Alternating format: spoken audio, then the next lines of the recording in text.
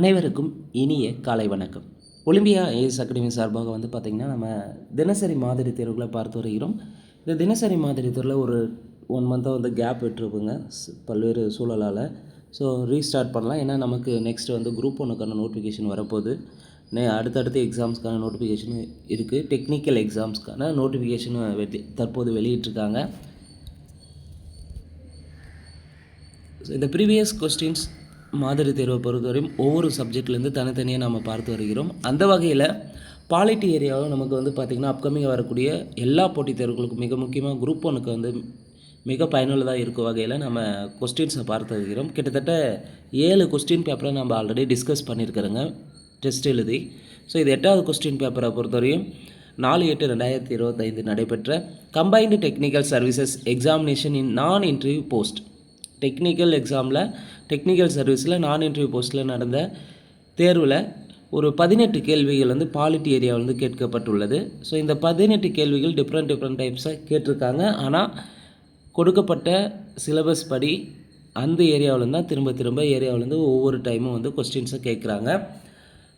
எக்ஸாம்ஸுடைய ஸ்டாண்டர்டை பொறுத்து மாறுபடுகிறது. ஸோ நமக்கு ஒவ்வொரு ஏரியாவும் படிக்கும்போது அதனுடைய ப்ரீவியஸ் கொஸ்டின்ஸை அனலைஸ் பண்ணி அதுக்கு தகுந்த மாதிரி நம்மளுடைய ப்ரிப்பரேஷன் ஸ்ட்ராட்டஜியை சேஞ்ச் பண்ணும்போது ஈஸியாக நமக்கு வெற்றி அடைவதற்கான வாய்ப்புகளை வந்து நம்மக்கிட்ட வச்சுக்கலாம். நம்ம தொடர்ந்து அப்படியே புத்தகத்தை மட்டுமே படிச்சுட்டு வந்தாங்கன்னா எப்படி கொஸ்டின்ஸ் கேட்டிருக்காங்க என்ன பண்ணியிருக்காங்க தெரியாமல் நம்ம படிச்சுட்டு வந்தாங்கன்னா ஈஸியாக வெற்றி பெற முடியாது. ஸோ இந்த ப்ரீவியஸ் எக்ஸாம்ஸை பொறுத்தவரையும் மிக முக்கியமாக வந்து பார்த்திங்கன்னா டெஸ்ட்டு ரிப்பீட்டடாக எழுதுவதற்கு மிக முக்கியமாக வந்து டெய்லியும் ப்ராக்டிஸ் பண்ணுறதுக்கு ஒரு யூஸ்ஃபுல்லாக இருக்கும். அடுத்து வந்து ஏரியாவில் எப்படியெல்லாம் கொஸ்டின்ஸ் கேட்டிருக்காங்கன்றது தெரிஞ்சுக்கிறதுக்கு பயனுள்ளதாக இருக்கும். திரும்ப ரிப்பீட்டடாக சில கொஸ்டின்ஸ் எல்லாம் ரிப்பீட்டடாக கேட்குறாங்க எல்லா சப்ஜெக்ட்லையுமே. ஸோ அந்த கொஸ்டின்ஸை நம்ம ரிஸ்க் எடுக்காமல் அப்படியே பார்த்தோன்னே அட்டன் பண்ணிவிட்டு நம்மளுடைய டைமை வந்து சேவ் பண்ணுறதுக்கு இந்த ப்ரீவியஸ் கொஸ்டின்ஸ் வந்து யூஸ்ஃபுல்லாக இருக்கும். மிக முக்கியமாக விரைவாக ரிசல்ட் வாங்குவதற்கு இந்த ப்ரீவியஸ் கொஸ்டின்ஸ் வந்து ஹெல்ப்ஃபுல்லாக இருக்குங்க. இந்த மாதிரி தேர்வை கட்டாயம் எழுதி பாருங்கள். டிஸ்கஷன் வீடியோவை முழுமையாக பாருங்கள், அதுதான் ரொம்ப முக்கியமானது. இந்த ஃப்ரீ டெஸ்ட்டில் ஜாயின் பண்ண விருப்பம் இருக்கிறவங்க மேலே இருக்கிற நம்பரை தொடர்பு கொள்ளலாம். அல்லது டிஸ்கிரிப்ஷனில் டெலகிராம் சேனலுக்கு லிங்க் தரப்பட்டுள்ளது, தேவையானவங்க ஜாயின் பண்ணலாம். நம்ம ஒலிம்பியா ஐஏஎஸ் அகாடமி சார்பாக பெய்டு வெர்ஷனில் அப்கமிங்காக வரக்கூடிய group 1, group 2, 2A, group 4 and technical சர்வீஸ்க்கு வந்து கம்பைன்டு டெஸ்ட் சீரிஸ் பேட்ச் போயிட்டுருக்கு. இந்த கம்பைன்டு டெஸ்ட் சீரிஸ் பேட்சில் ஜாயின் பண்ண விருப்பம் இருக்கிறவங்க மேலே இருக்கிற நம்பருக்கு தொடர்பு கொள்ளுங்கள். முதல் முறையாக நம்ம சேனலில் பார்க்குறவங்க மறக்காமல் சப்ஸ்கிரைப் பண்ணுறேன் பெல் சிம்பில் கிளிக் பண்ணிடுங்க. நீங்கள் பெல் சிம்பில் கிளிக் பண்ண தான் நாங்கள் தொடர்ந்து அப்லோட் பண்ணுற வீடியோஸ் உங்களுக்கு நோட்டிஃபிகேஷன் வரும்.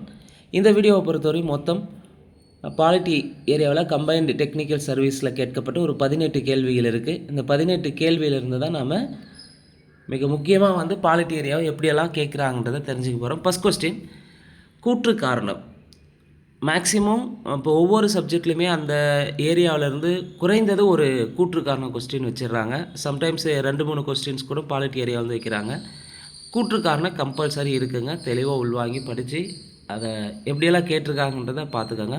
ஃபஸ்ட் கொஸ்டின், மனித உரிமைகள் என்பது சட்ட உரிமைகள் ஆகும். காரணம், மனித உயிர்கள் உரிமைகள் கொண்டிருக்கும் பொழுது அரசு அதற்குரிய உரிமைகளை பாதுகாக்க வேண்டிய கடமைகளை கொண்டிருக்கிறது. ஸோ மனித உரிமை என்பது ஒரு சட்ட உரிமை தான். காரணம், மனித உயிர்கள் உரிமைகள் கொண்டிருக்கும் பொழுது அரசு அதற்குரிய உரிமைகளை பாதுகாக்க வேண்டிய கடமைகளை கொண்டிருக்கிறது. ஸோ இங்கே சரியானது ஆப்ஷன் சி, கூற்றும் சரி காரணமும் சரி. மேலும் காரணம் என்பது கூற்றுக்கான சரியான விளக்கமாகும். கேள்வி 2, இந்திய உச்சநீதிமன்றத்தில் நீதிபதிகள் எண்ணிக்கை அதிகரிக்கும் அதிகாரம் யாரால் வழங்கப்படுகிறது? இந்திய உச்சநீதிமன்றத்தில் நீதிபதிகளின் எண்ணிக்கையை அதிகரிக்கும் அதிகாரம் யாரால் வழங்கப்படுதுன்னா பாராளுமன்றத்தின் மூலமாக தான் வழங்கப்படுகிறது. ஸோ எடுத்த உடனே குடியரசுத் தலைவர் வந்துடக்கூடாது. இப்போது வந்து பார்த்திங்கன்னா உச்சநீதிமன்றத்தினுடைய நீதிபதிகளின் எண்ணிக்கையை வந்து ஒரு 1 வீக் முன்னே வந்து நம்ம பிரசிடெண்ட் வந்து சொல்லியிருப்பாங்க. உச்சநீதிமன்ற நீதிபதிகளுடைய எண்ணிக்கையை வந்து அதிகரிக்கணும் அப்படின்னு சொல்லியிருப்பாங்க. தற்போது உச்சநீதிமன்றத்தில் உள்ள நீதிபதிகளின் எண்ணிக்கை எவ்வளவு என்பதை ஆன்சர் தெரிஞ்சவங்க கமெண்ட் பாக்ஸில் கமெண்ட் பண்ணுங்கள். கேள்வி 3, பொருத்தமான இணையை தேர்ந்தெடுக்குன்னு கேட்டிருக்காங்க. இந்த கொஸ்டினை பொறுத்தவரையும் அரசியலமைப்பு நிர்ணய சபை குழுக்கள்லேருந்து அதனுடைய தலைவர்லேருந்து கொஸ்டினை செட் பண்ணியிருக்காங்க. ரொம்ப ஸோ பேசிக்காக வந்து ஃபண்டமெண்டலாக நம்ம அரசியலமைப்பை பற்றி முழுமையாக படிக்கலைன்னா நம்மளால் ஆன்சர் பண்ண முடியாது. ஸோ பாலிட்டியை பொறுத்தவரையும் கரண்ட் ஸ்டேட்டஸும் நமக்கு தெரிஞ்சிருக்கணும், பேசிக்கான ஸ்ட்ரக்சர், இந்திய அரசியலமைப்பு உருவாக்கப்பட்ட போது ஏற்படுத்தப்பட்ட குழுக்கள், அதற்கான தலைவர்களை நம்ம தெளிவாக ரிவிஷன் பண்ணிகிட்டே இருக்கணும். இங்கே பொருத்தமான இணைன்னு கேள்வி கேட்டிருக்காங்க. அரசமைப்பு நிர்ணய சபை குழுக்கள், அதன் தலைவர்களை எது சரின்னு கேட்டிருக்காங்க. 1 நடைமுறை விதிகள் குழு. நடைமுறை விதிகள் குழுவின் தலைவர் யாருன்னா டாக்டர் ராஜேந்திர பிரசாத், சரி. ஒன்றிய அரசமைப்பு குழுவின் தலைவர் ஜேபி கிருபாலினினா கிருபாலினி கிடையாது. அடிப்படை உரிமைகள் ஆலோசனை குழுவின் தலைவர் சர்தார் வல்லபாய் பட்டேல், சரி. மாநிலங்களுக்கான குழுவின் தலைவர் HC முகர்ஜனா கிடையாது. அப்போ அரசமைப்பு நிர்ணய சபை குழுக்கள் தலைவர்களில் சரியான இணை 1 மற்றும் 3. அப்போ 2 4 தவறாக இருக்குது. ஒன்றிய அரசமைப்பு குழுவுக்கு தலைவர் ஜவஹர்லால் நேரு தான். மாநிலங்களுக்கான குழுவின் தலைவரும் ஜவஹர்லால் நேரு தான். கேள்வி 4. 4வது கேள்வியை பாருங்கள்.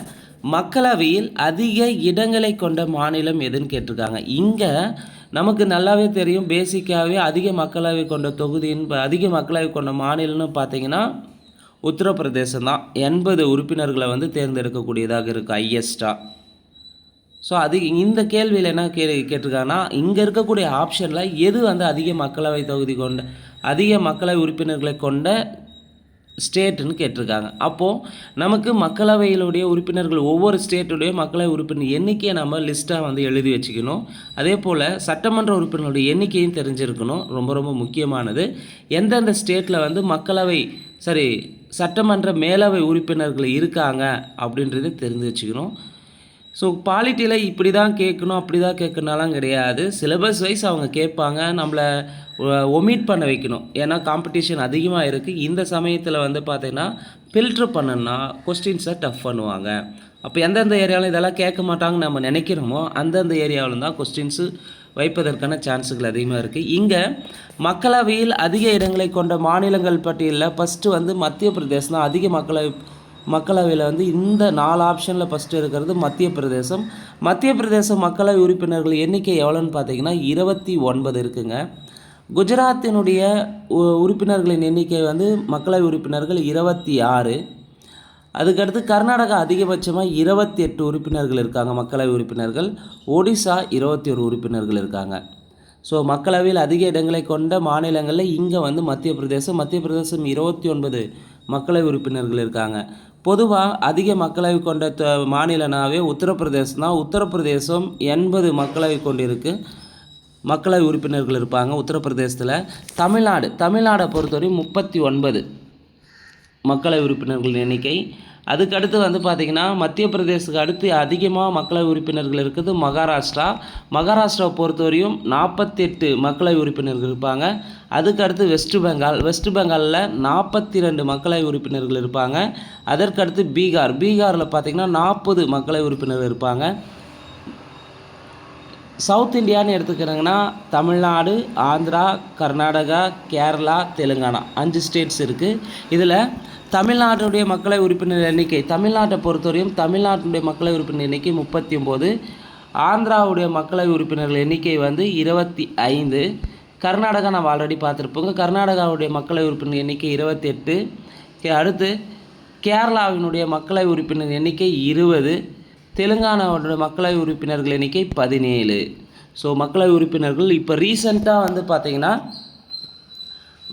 4 மாநிலங்களுக்கு சட்டமன்ற தேர்தல் நடந்தது. நிச்சயமாக சட்டமன்ற தேர்தல் ரிலேட்டடான கொஸ்டின்ஸ் கேட்கலாம். தமிழ்நாடு சட்டமன்ற தேர்தலை பற்றி கேட்கலாம், அல்லது மற்ற ஸ்டேட்டு வெஸ்ட் பெங்கால், அடுத்து கேரளாவுடைய சட்டமன்ற டீட்டெயில்ஸை பற்றி கேட்கலாம், அல்லது சட்டமன்ற தொகுதிகளுடைய எண்ணிக்கைகளை இந்தியாவில் இருக்கக்கூடிய எண்ணிக்கைகளில் லிஸ்ட்லேருந்து ஏதான ஒரு கொஸ்டின்ஸு கேட்கலாங்க, பார்த்துக்காங்க. கேள்வி 5. இந்திய நாடாளுமன்றத்தின் இரு அவைகளின் கூட்டுக்கூட்டம் எங்கு நடைபெறுகிறது? இந்திய நாடாளுமன்றத்தின் கேள்வி என்ன, நல்லா தெளிவாக பாருங்கள். நாடாளுமன்றத்தினுடைய இரு அவைகளின் கூட்டுக்கூட்டம் எந்த பிளேஸில் நடக்குதுன்னா நாடாளுமன்ற மைய மண்டபத்தில் தான் நடக்கிறது. கேள்வி 6. இங்கே கரண்ட் அஃபேர்ஸ் ரிலேட்டடான ஒரு பாலிட்டி கொஸ்டினை செட் பண்ணியிருக்காங்க. ஜெர்மனியின் புதிய அதிபராக விரைவில் பொறுப்பேற்க உள்ள ஃப்ரெடரிக் மெர்ஸ் எக்கட்சியை சேர்ந்தவர்னு கேட்டிருக்காங்க. ஃப்ரெடரிக் மெட்ஸ் வந்து பார்த்திங்கன்னா கிறித்துவ ஜனநாயக ஐக்கிய கட்சியை சேர்ந்தவர். அப்போது நமக்கு இங்கே என்ன ஒன்று தெளிவாக தெரியுதுன்னா, கரண்ட் அஃபேர்ஸ் ரிலேட்டடான ஒரு பாலிட்டி கொஸ்டின் வைக்கிறாங்கன்னும் போது அரசியல் சார்ந்த நிகழ்வுகள் ஒன்று இந்தியாவுக்குள்ளே இருக்கிற அரசியல் சார்ந்த நிகழ்வுகள் அட் ப்ரெசன்ட்லேருந்து வைக்கலாம், அல்லது பக்கத்தில் இருக்கக்கூடிய நம்முடைய அண்டை நாடுகள் நல்ல உறவு இருக்கக்கூடிய வெளிநாடுகளில் தேர்ந்தெடுக்கக்கூடிய அரசியல் கட்சியில் யார் பிரதமராக தேர்ந்தெடுத்தாங்க, யார் குடியரசுத் தலைவராக தேர்ந்தெடுத்தாங்க, அதற்கடுத்து பார்த்திங்கன்னா அவர்களுடைய கட்சி தலைவி கட்சியினுடைய பெயரை பற்றி கேட்டு வச்சுருக்காங்க, பார்த்துக்கோங்க. ஸோ அதெல்லாம் நமக்கு தெரிஞ்சிருக்க வேண்டியது கட்டாயம்.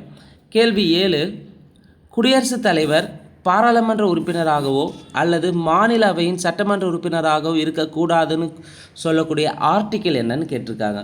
குடியரசுத் தலைவர்னு ஒரு கேள்வி. ஸோ குடியரசுத் தலைவர் பார்த்திங்கன்னா பார்லிமெண்ட் உறுப்பினராக இருக்கக்கூடாது, அல்லது மாநில அவையினுடைய சட்டமன்ற உறுப்பினராகவும் இருக்கக்கூடாது அப்படின்னு சொல்லக்கூடிய ஆர்டிக்கிள் எதுனா ஆர்டிக்கிள் 50A9. ஆர்டிக்கிள் 59.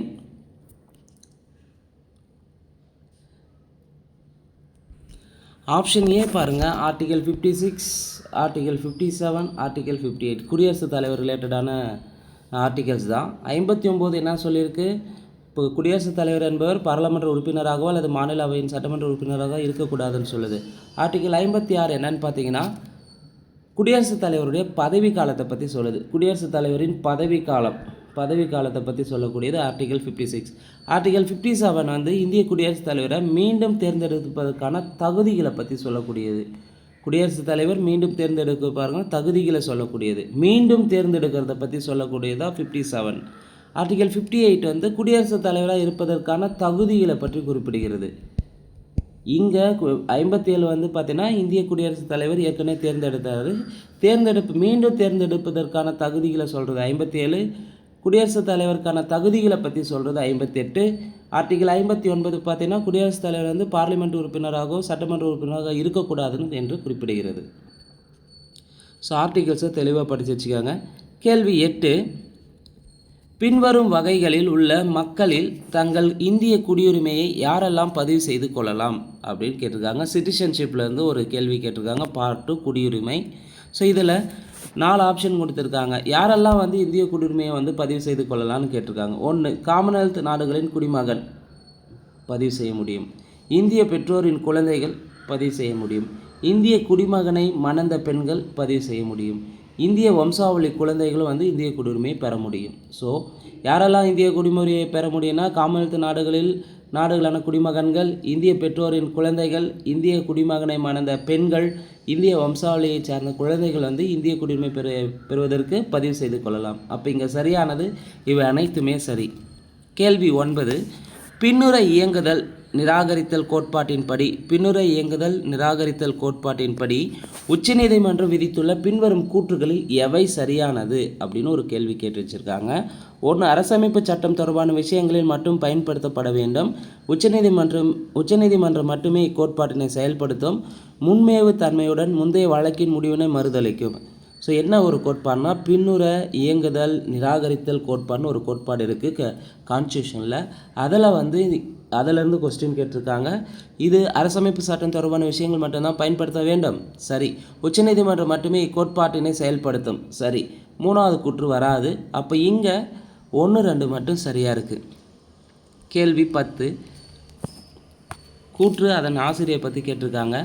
மக்களாட்சி ரிலேட்டடான ஒரு கூற்று. மக்களாட்சியின் மீதான அனைத்து கட்டுப்பாட்டு முறைகளிலும் கூட்டாட்சி மிகவும் பயனுள்ளதாகவும் இணக்கமாகவும் இருந்து வருகிறது. கூட்டாட்சி முறையில் இறையாண்மை அதிகாரத்தை பிரிப்பதன் மூலம் அதனை கட்டுப்படுத்தி வரையறுப்பதுடன் அரசாங்கத்திற்கு சில வரையறுக்கப்பட்ட உரிமைகளை மட்டுமே வழங்குகிறது என கூறியவர் யார்? ஸோ இங்கே கூட்டாட்சி மக்களாட்சி ரிலேட்டடான ஒரு கூற்றுலேருந்து கேட்டிருக்காங்க. மக்களாட்சியின் மீதான அனைத்து கட்டுப்பாட்டு முறைகளிலும் கூட்டாட்சி மிகவும் பயனுள்ளதாகவும் இணக்கமாகவும் இருந்து வருகிறது.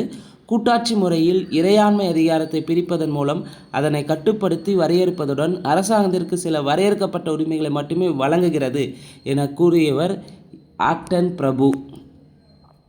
கேள்வி 11, பஞ்சாயத்து தொடர்பான ஆர்டிகல்ஸ் அது ரிலேட்டடான கான்செப்டோடு கேட்டிருக்காங்க. ஆர்டிக்கல் 243D பொறுத்தவரையும் இடஒதுக்கீடை பற்றி சொல்லக்கூடியது. ஆர்டிகல் 243E ஊராட்சி மன்றங்களின் பதவி காலத்தை பற்றி குறிப்பிடுகிறது. ஆர்டிகல் 243J ஊராட்சிகளின் கணக்குகளின் தணிக்கையை பற்றி சொல்லக்கூடியது. ஆர்டிகல் 243J ஊராட்சிகளின் கணக்குகள் தணிக்கையை பற்றி குறிப்பிடுகிறது.